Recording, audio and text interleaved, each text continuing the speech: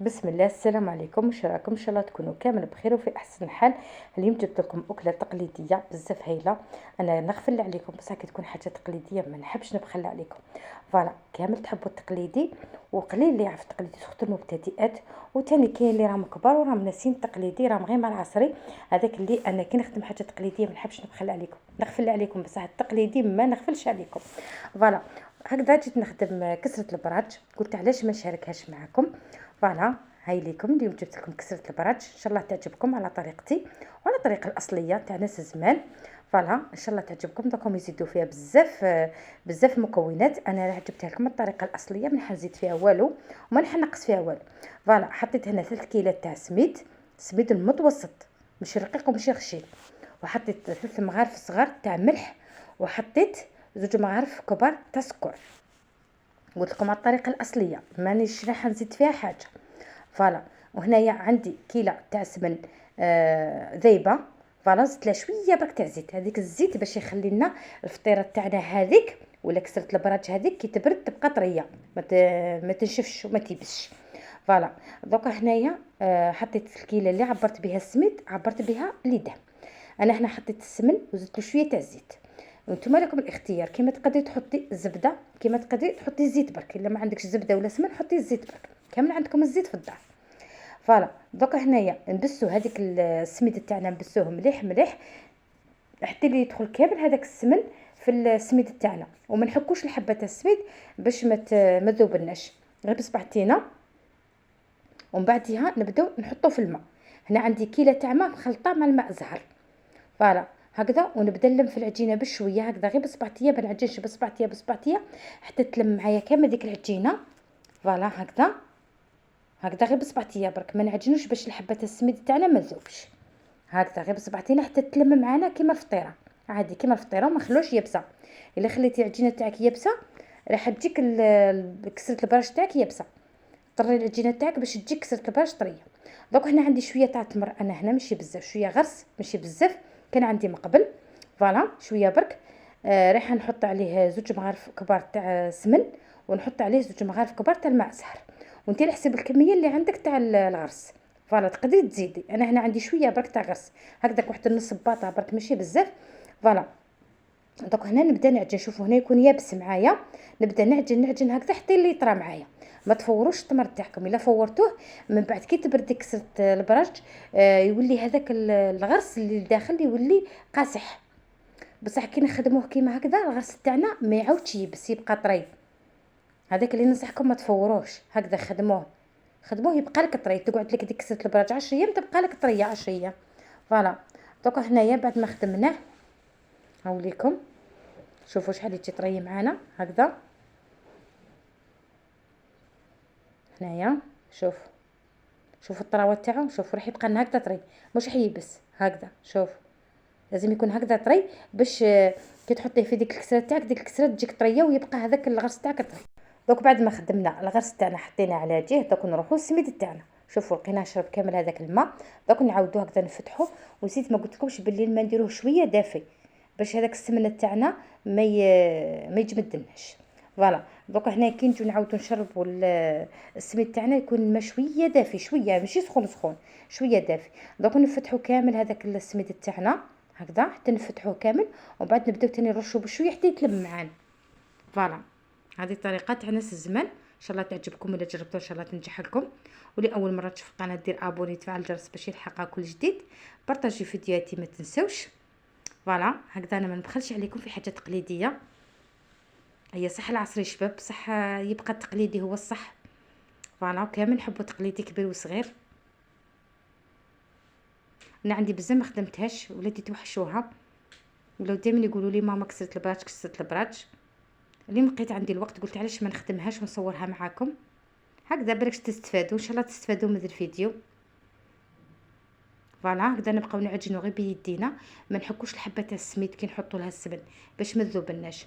نعجنوا، شوفوا راني عجنتها، انا درت لها الماء هنا، عجنتها مليح لجينا معايا باش هنايا باش الكسره تاعنا ما تجيش يابسه، تجي طريه. لو كان تخلي السميد يابس تجيك الكسره تاعك يابسه. فوالا والسميد هنا راه مشرب بالسمن، تخافيش زعما تقولي تجي قاصحه ولا لا، راه مشرب بالسمن. فوالا دوك هنا بعد ما عجنتها خلاص، وشتوني نعجن فيها غير بصبع تيا برك، ما رانيش نعرك فيها، راني غير بصبع تيا برك. دوك هنا نحطوها هنا ونقسموها على 2. شوفوا راني غير بصبع تيا برك، ما رانيش نعجن. فوالا هنا نقسموها على 2 هكذا، نقسموهم متساويين الا قدرتي هكذا. فوالا سورتو المبتدئات اللي مش موالفين يخدموا كسرة البراج، راح تخدمي هذه المره كسرة البراج وعينك مغمضين وراح تنجح لك. شوفوا هنا العجينه معنا شحال راهي طريه، شوفوا شحال طريه العجينه. نديروها كشغل العجينه تاع المقروض ولا العجينه تاع الفطير. هنا شوفوا داك الغرس تاعنا تاني كراه طري. دوك هنايا نحط كيس ومن بعد نعاود نحط كيس تاني من الفوق ونبدا نحل في داك الغرس تاعي، باش داك الغرس باش ما يلصقليش في الطابله. هكذا نحطو على الساشي قبل ومن بعد نبدا نفتح في هذاك الغرس هكذا، نحلوه كامل هكذا، نحلوه على حسب على حسب السميد اللي عندنا، على حسب الخبزه اللي عندنا. فوالا هكذا. ما حبيت نحي لكم والو من الفيديو، على بالي بلي الفيديو حيجيكم طويل، بصح هكذا راح تستفادوا، سورتو المبتدئات راح تستفادوا. دوك نحطوا على جهه ومن بعد نجيبوا نرشوا الطابله تاعنا بشويه تاع سميد. فوالا ومن بعد نحطوا عليها كيس هكذا ونبداو نحلو في العجينه تاعنا. شوفوا العجينه تاعنا شحال راهي طريه، نبداو نفتحوا هكذا بالعجينه في العجينه تاعنا. وإلا حبيتي كسرة البراج تجيك ناجحه وتجيك بزاف شابه، تجيك كيما تاع ناس الزمان، ما تعجنيهاش، ما تعجنيش لما غير بصبعتك برك حتى اللي تولي العجينه طريه. فوالا وما تخليش العجينه يابسه، الا خليتي العجينه يابسه راح تجيك يابسه. فوالا وما يكونش الطاجين بارد، الطاجين يكون سخون. دونك هنا بعد ما فتحنا العجينه تاعنا دوك نحطوا عليها هذاك الغرس تاعنا هكذا. الطريقه هذه قلت لكم بلي ما حبيت نحي والو من الفيديو، هكذا باش تستفادوا بالنسبه للمبتدئات. فوالا وثاني الطريقه تختلف كل وحده كيفاش تخدم. فوالا هكذا ان شاء الله تعجبكم هذه الطريقه، ولا جربتوها ان شاء الله تنجح لكم. نروحوا نفتحوا الجهه الاخرى. هنا كانوا عندنا زوج خبزات، الخبزه الاولى فتحناها على الطابله، حطينا لها شويه تاع سميد وفتحناها. فوالا حطينا عليها الغرس ودوك نفتحوا اللي راح نحطوها من الفوق. فوالا الثانيه كيف نحطوا على الكيس ونغطوها بكيس ونبداو نفتحوا هكذا باش ما تعيناش العجينه تاعنا ما تبقاش تلصق لنا في الحلال. هنا بعد ما فتحنا ثاني كيف على حسب وقتها دوك ندوها نحطوها هكذا. هنا نقسمها، ما حبيتش ترفد لي هنا، خفتها تخسر، نقسمها ومن بعد نبدا نرفد هكذا. خاطر طريه معايا بزاف العجينه، شوفوا شحال هي طريه معايا، هي تبان هنا العجينه بلي هي طريه معايا. فوالا نبدا هكذا نبدا نحط بالمرص باش ما تعينيش هكذا. فوالا نورمال كي تقطع لك نورمال سقميها نورمال هكذا، نلموها كامل ومن بعد دوك نفتحها بالحله صايره راح تسقم هكذا. فوالا ما حبيت نحي لكم والو من الفيديو، عبالي بلي يصراولكم هذو هكذا. قلت بلي كاين بزاف اللي تصرا حاجه كيما هكذا وتقول لك خلاص فزدت لي، ما فزدت لك ما والو. فوالا هكذا وروحي معها غير بالعقل وراح تسقم وتخبزي تسقم، مادام كنتي تخبزي فيها مادام هي تسقم. فوالا هكذا. دوك هنايا نسقمها كامل هكذا من الحاشيه، نغلقها كامل من الحاشيه على داك الغرس تاعنا والتمر. ومن بعد نبداو نجيبوا الحله ونبداو نحلو فيها. فوالا حتى اللي تولي لنا السمك اللي انا حابينه حنا رقيقه ولا خشينه كيما تحبيها نتيا. انا لكسرة البراج نحب نديرها رقيقه، نتوما كيما تحبها العائله تاعكم. فوالا دوك كيف نحط عليها كيس ونبدا نحل كيما هكذا حتى اللي تولي السمك اللي رانا حابينه حنايا. فوالا هكذا.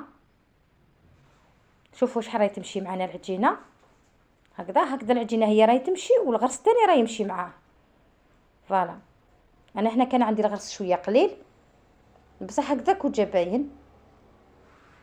تقدروا تزيدوا الغرس، تقدروا كيما هكذا كيلو ديري فيه بطه كبيره تاع التمر، ما ديريش بطه صغيره. فوالا دوك هنا بعد ما فتحناها كامل هاي ليكم نقرب لكم نوريكم السمك شحال. شوفوا هنا شحال راهي معانا. دوك نجيب شويه تاع سميد نرشوه هكذا من الفوق باش يعطينا ديك التحميره ويعطينا هذاك باش تجينا هذيك الكسره تاعنا تجي مرمله. فوالا هكذا دوك نقسموها هكذا نقسموها مقروضات كبار. انا هنا قسمتها كبيره قسمت المقروضات كبار خرجت لي 45 حبه. هذا الكيلو تاع السميد خرج لي 45 حبه، كيلو تاع السميد ونص بطاطا تمر خرجت لي 45 حبه، كميه لاباس بها بالنسبه لي عندي عائله. وهنايا الحبه انا قسمتها كبيره، تبان لكم هكذا صغيره بصح قسمتها كبيره، قلت لكم التليفون ما يعطيش الحاجه حقها. فوالا هنايا الحبه راهي كبيره لاباس بها ماشي صغيره. نحوها هكذا نسقموها مليح من هكذا، نسقموها كامل هكذا من الطرف. ومن بعد هنا نروح نحطوا الطاجين تاعنا يسخن، نخلوه يسخن مليح، ومن بعد ندهنوه بشويه تاع زيت ولا زبده ولا سمن. فوالا ونقصوا للنار، ما نقصوش النار بزاف، النار تكون متوسطه ماشي قويه وماشي ناقصه، باش الكسره تاعنا طيب وتتحمر باش ما تنحرقناش. فوالا ما تزيديش النار بزاف، لو كان تزيدي النار بزاف ما طيبلكش. فوالا النار تكون متوسطه ماشي قويه وماشي قليله، والطاجين يكون سخون بزاف. نستفوها كامل هكذا في الطاجين، ومن بعد نبداو نقلبو هكذا هكذا حتى لين ندوروهم كامل.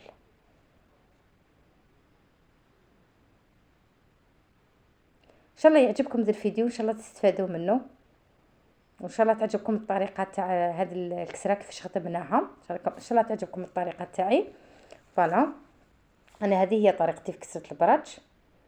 انا طيبتها هنايا، طيبتها الدراري مع قهوه حليب مع العصر مع الحشيه، بزاف عجبتهم بصحتهم. هكذا فرحي بها العائله تاعك من ذاك. ما تبقوش دائما في العصري، من ذاك تدخلوا في التقليدي شويه، ما تبقوش دائما العصري من ذاك يتمل.